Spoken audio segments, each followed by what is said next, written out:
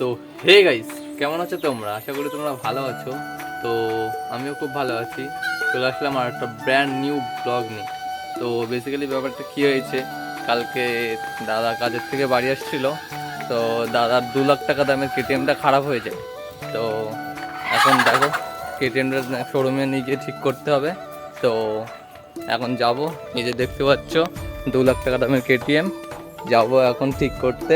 আর বৌদি বলছিল যে দোকান থেকে লুচি আর লোকে 7 আপ নিয়ে আসতে। তো লুচি আর 7 আপ নিয়ে আসতে যাবো। তো শোরুমে গিয়ে তোমাদের সাথে কথা হচ্ছে। দেখতে পাচ্ছ ওখানে শোরুমে চলে এসেছি। এই যে শোরুম, ঠিক হচ্ছে ওখানে কেটিএমটা ঠিক হচ্ছে। তো কেটিএমটা ঠিক করে নিই, তারপরে বাড়ি যাওয়ার সময় তোমাদের সাথে কথা হচ্ছে। টাটা। তো গাইস দেখতে পাচ্ছ দাদার কেটিএমটা ঠিক হয়ে গেছে। তো বৌদি এই যে ক্যাম্পা আর আলো চিরা পাওয়াটা নিয়ে যেতে বলছিল, তাই এই যে নিয়ে যাচ্ছি। বাড়ি যাই, তারপরে তোমাদের সাথে কথা হচ্ছে। তো গাইস এই যে কেটিএমটা নিয়ে এখন বাড়ি যাচ্ছি। বাড়ি যাই, বাড়ি গিয়ে স্নান করব, খাওয়া দাওয়া করব, তারপরে তোমাদের সাথে কথা হচ্ছে। এই যে কেটিএমটা নিয়ে এখন যাচ্ছি, বাড়ি যাব। কেটিএমটা ঠিক করতে অনেক টাকা পড়ে গেল। তো এখন যাই, বাড়ি যাই। তো গাইস দাদা সাইকেলটা ঠিক করে নিয়ে আসার পর বাড়ি চলে এসেছিলাম। তারপরে স্নান খাওয়া দাওয়া করে নিয়েছিলাম। এখন বেরিয়েছি, অনলাইনে রেড লাইনের ফর্মটা ফিল আপ করবো। এর আগেও একবার করেছিলাম। তো উড়িষ্যায় পরীক্ষা পড়েছিল। তো আমি যেদিন জানতে পারি তার 2 দিন বাদেই আমার পরীক্ষা ছিল, তখন যেতে পারিনি। সো এখন যাচ্ছি। আর আজকে দেখবো, আজকে লাস্ট ডেট, আজকে ফর্মটা ফিল আপ করবো। যদি ঠাকুরের আশীর্বাদে রেলে চাকরিটা পেয়ে যায় আর তোমাদের যদি সাপোর্ট থাকে, তাহলে ঠিক সাকসেস পাবো। তো চলো অনলাইনে ফর্মটা ফিল আপ করি, ওখানে গিয়ে তোমাদের ভিডিওটা দেখাচ্ছি। তো গাইস এই যে দাদার কেটিএমটা নিয়ে বেরিয়ে পড়েছি। তো দোকানে যাই অনলাইনে, তারপরে দোকানে গিয়ে তোমাদের সাথে কথা হচ্ছে। আর গাইস আমার একা একা ভালো লাগছিল না, তাই বললাম যে ভাগ্নে আমার সাথে চ, একা একা যেতে ভালো লাগছে না।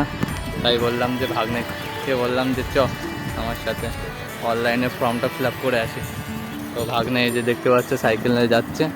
তো গাইস যাই দোকানে, অনলাইনে ফর্মটা ফিল আপ করি। তো এই দোকানে আসলাম, তা দেখলাম দোকানটা বন্ধ রয়েছে। তা দাদার কাছে ফোন করলাম, তা বললো যে বিকাল 5টার সময় খুলবে। তো 5টার সময় আসবো। তো এখন চলো বাড়ি যাই। Bad luck. দাদার দোকান থেকে আসছিলামই, তখন ভাবলাম যে একটা ঠান্ডা নিয়ে নিই, মানে ভাগ্নের জন্য একটা, আমার জন্য একটা। এই যে দুটো ঠান্ডা নিয়েছিলাম। তাও ক্যাম্পা দিতে বলেছি কাকিমাকে 10-10-20 টাকার। তো কাকিমা হলো 20-20-40 টাকার দুটো 7 আপ আমাদেরকে দিয়ে দেয়। তো ভুল করে দিয়ে দেয়, তা আমরা নিয়ে চলে আসি।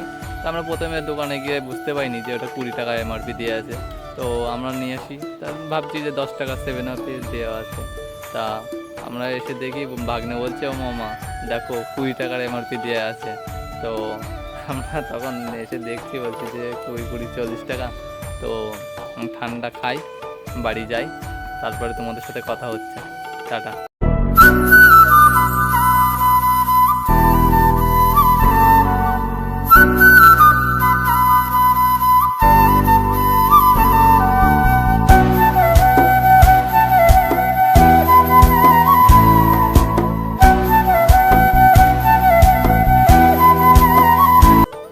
তো গাইস এখন বাড়ি চলে এসেছি।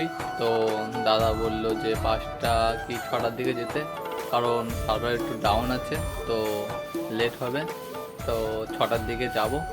আর আজকে ভাবছি একটু মেলায় যাব, আমাদের পাশের গ্রামে মেলা হচ্ছে। তো ওখানে যাব। তো তোমরা দেখতে থাকো ব্লগটা।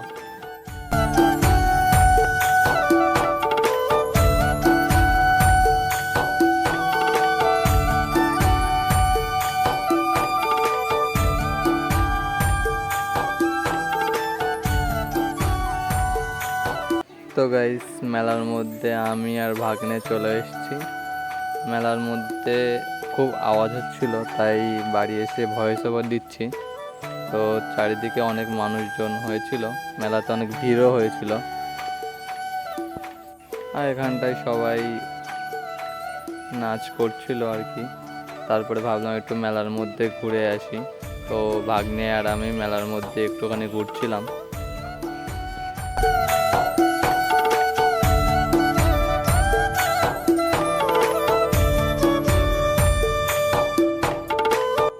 তো গাইস, ভিডিওটা তোমার যদি একটুখানিও ভালো লেগে থাকে তাহলে চ্যানেলটাকে সাবস্ক্রাইব করে দিও, আর চ্যানেলে নতুন হয়ে থাকলে একটা লাইক করে দিও, আর ইনস্টাগ্রাম ফেসবুক থেকে দেখে থাকলে চ্যানেলটাকে ফলো করে দিও। আর দেখা হচ্ছে নেক্সট কোনো ব্লগে। ততক্ষণের জন্য tata, bye bye and love you.